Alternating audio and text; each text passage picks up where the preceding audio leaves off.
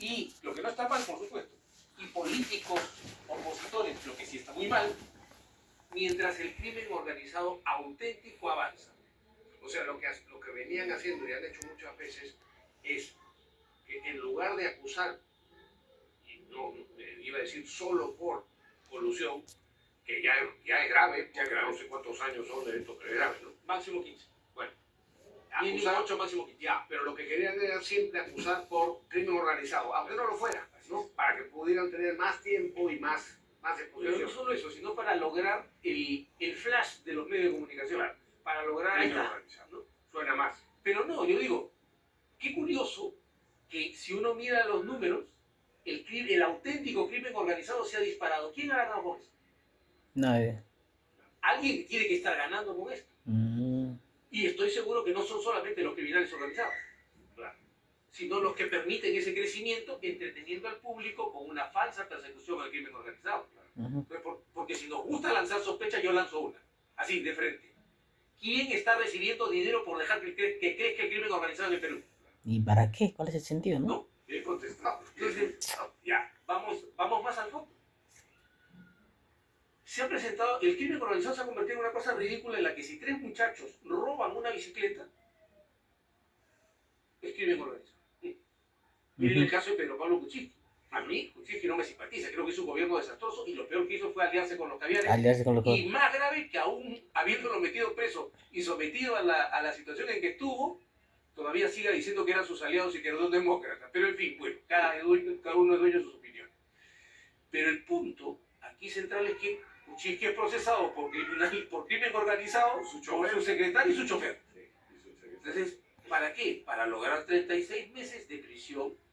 Y este es el castigo que se merece Kuczynski, que me disculpen con eso. Y medidas cautelares largas, porque la posibilidad de darle 36 meses de prisión a una persona, prorrogables por 12 más, o sea, 48 meses, prácticamente una condena, se hizo en su gobierno en un decreto legislativo aprobado por la doctora Marisol Pérez Tello, que hoy, con total desconocimiento, critica la reforma de la ley de crimen organizado. Sí, la he escuchado. Yo la quiero mucho, Marisol. Me parece una extraordinaria persona. Pero aquí está desbarrando. Porque la cosa es muy sencilla. Si no se acuerdan, yo sigo persiguiendo a cualquier grupo de 3 personas como crimen organizado, voy a pasar una cosa muy ridícula, que es lo que está pasando en el Perú. Tú pregúntale al señor Chávez Cotrina, pregúntale al señor Colchado, ¿cuántas organizaciones criminales han desactivado en los últimos 10 años? ¿Sabes cuántas? Según los dos, si sumas a los dos, 400. 400. ¿En qué país hay 400 organizaciones criminales? Ajá, así dijeron, pero 400 criminales. 16 infraganti que estaban extorsionando a y gente. 16 nomás dicen, ¿no? Ajá. No los acusan de crimen organizado. No, pero te digo, o sea, lo que tienes que ver es eso. O sea, cómo ahí está, ¿no? Están reclamando mantener una espada de Damocles sobre la cabeza de la gente, que puede hacer que tenga un proceso que dura 9 años solo en la investigación, Rafael. Son 36 meses de diligencias preliminares de investigación, 36 meses de investigación preparatoria, prorrogables por 36 meses más. O sea, te pueden tener 9 años solo en investigación. Esto lo hizo Marisol Pérez Tello, también defensora de los derechos humanos. Entonces eso debería cambiarse, ¿no? Es que no puede ser. La justicia peruana, el Poder Judicial esté acostumbrado, y la Fiscalía acostumbrados a tener esos plazos para investigar y para iniciar el proceso. Y eso calza con otro tema que el Poder Judicial, ahora ya en coro con el Ministerio Público, que ataca, que es el tema de la reforma de la suspensión de la prescripción cuando te formalizan la investigación. Ah, claro. En el Perú, históricamente, la prescripción se ha suspendido solo cuando había una causal que impedía que el proceso avance. Por ejemplo, si eres un parlamentario y tenías inmunidad, como no avanzaba, parabas el cómputo de la prescripción. Correcto. Mientras eras funcionario congresista, como no podía ser acusado, salvo que avanzara la acusación constitucional, si eso no pasaba, no corría el plazo. Correcto. Está suspendido. Empezaba a correr cuando dejabas de ser congresista o funcionario público. Si te escapabas del país y tenían que extraditarte, también se paraba el COM. Correcto. Los los retardatarios y antihistóricos que hicieron el Código Procesal Penal, que la gente cree que es muy garantista, pero es todo lo contrario. Es como un ingenio azucarero. Tú metes una caña y sale bagazo. Tú metes un ser humano y sale un ser destruido en este proceso. A la miércoles, Franco, crearon una suspensión. Cuando el fiscal formalice la investigación, se suspende la prescripción. O sea que por 9 años pueden estar siendo tesos y se ha suspendido. Entonces, ¿por qué se suspende? ¿Qué es lo que no puede hacer el fiscal? Si cuando en las diligencias preliminares no puede pedir medidas graves, cuando formaliza sí puede. Entonces, ¿qué es lo que no puede hacer el fiscal? Que tiene que parar el cómputo de la prescripción. Nada. ¿Qué es lo que les interesa? Al Ministerio Público tener una investigación inagotable y al juez tener un juicio que dure 800 años. No le importa que el tipo muera o que le pasen cosas como está pasando con el general Rivero, por ejemplo, ¿no? Entonces, o con los marinos que revelaron los marinos del frontón. ¿Qué ha sucedido?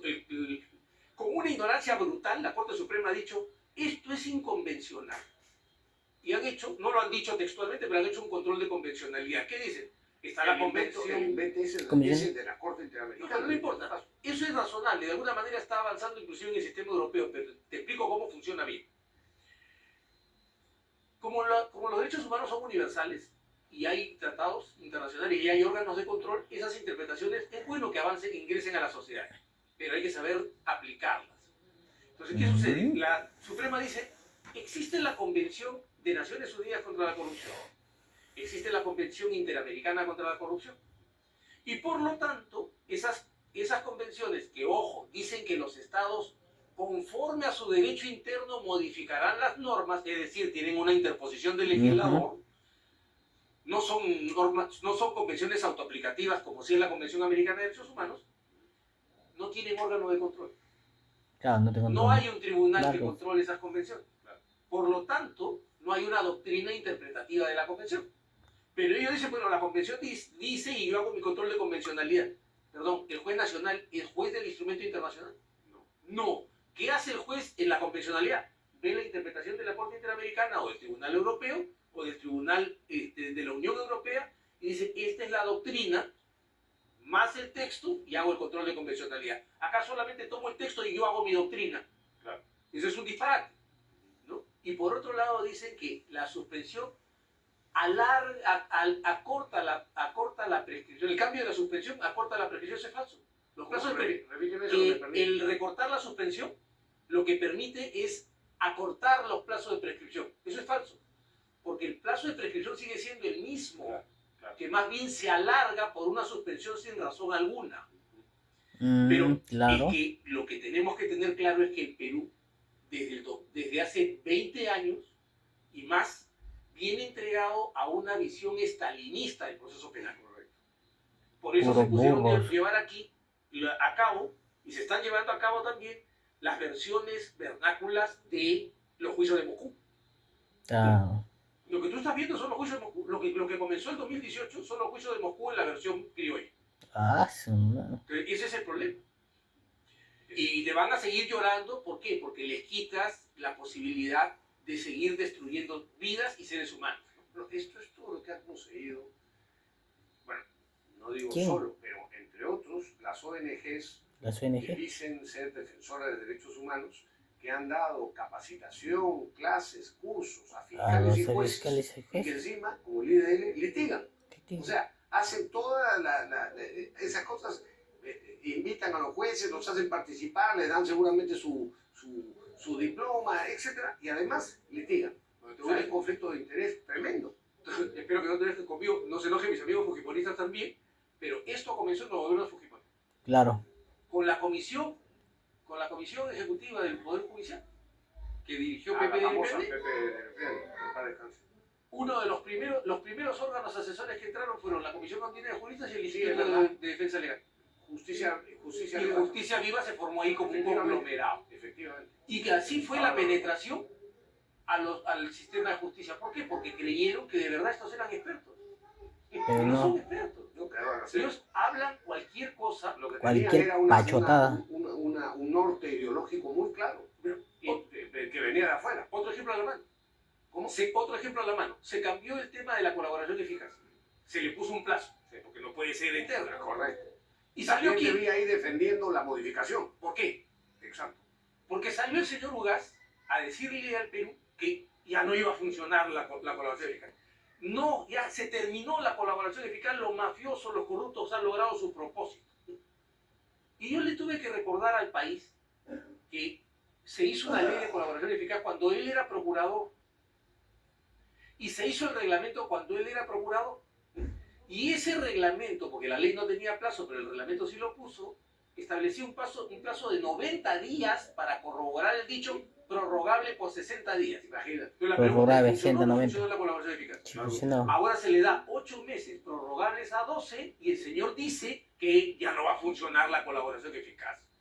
Entonces, ¿por qué hablan así? Porque lo que están tratando de proteger es un sistema judicial, fiscal judicial, que han impuesto, que ha provocado la barbarie de ingresar a Keiko Fujimori 3 veces a la cárcel siendo inocente y de provocar el suicidio de Alan García, de meter a un hombre enfermo de muerte como Luis Castañeda Locio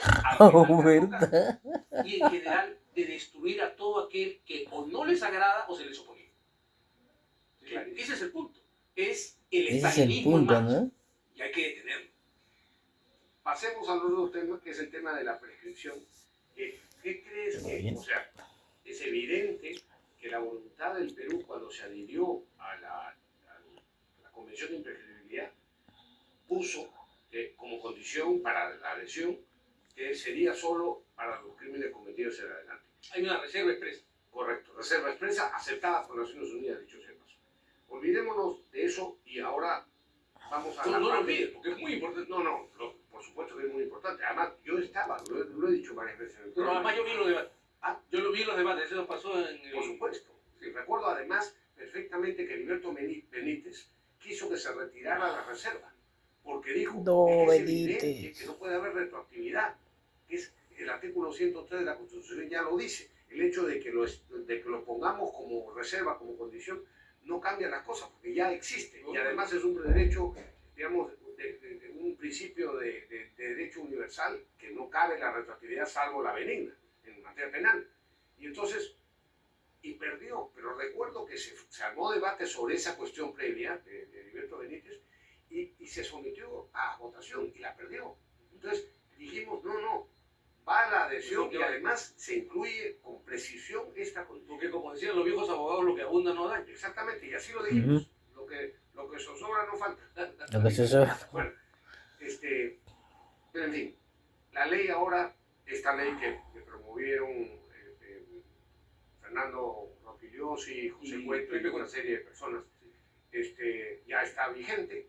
Yo he reclamado en este programa que la cobardía, me parece, del Poder Ejecutivo, porque no la observó, porque no le convenía, porque hay presión pública a favor de esta ley, pero tampoco querían la crítica de los caviares, ¿no? Entonces no la promulgaron.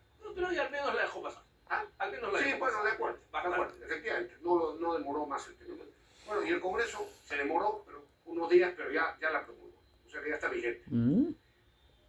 Los efectos prácticos, por ejemplo, para casos, primero habrá que decir que mienten y manipulan quienes, como por ejemplo American Watch ha dicho que esto va a servir también para declarar nulos eventualmente los procesos a los terroristas, ¿no? Cosa que no es Está verdad. repitiendo un disparate que se dijo acá primero. Sus amigos de aquí le dijeron eso y eso lo han repetido ellos sin la menor análisis. Así es la gente, ¿no? Bueno, no hay un solo caso de terrorismo que haya sido condenado por lesa humanidad. Correcto.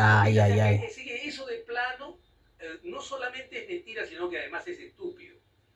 ¿Okay? Porque una cosa es que yo diga una mentira que más o menos parece creíble, ¿no? Y otra cosa es que yo diga una mentira que además es estúpida porque la niegan los hechos de manera palmaria. Sí, claro. Entonces ya no. ¿Qué sucedió acá? Yo tengo una teoría, la digo públicamente, la he dicho hace poco tiempo donde Alfonso Aire. En mi opinión, aquí hay un problema de marxismo ortodoxo. Los caviares son marxistas, pero no hay que cerrar los ojos. Son marxistas que de guante blanco. De formación. De guante blanco. De guante blanco. Los otros eran marxistas de fauces. Tira puños sin estirar la mano, ¿no?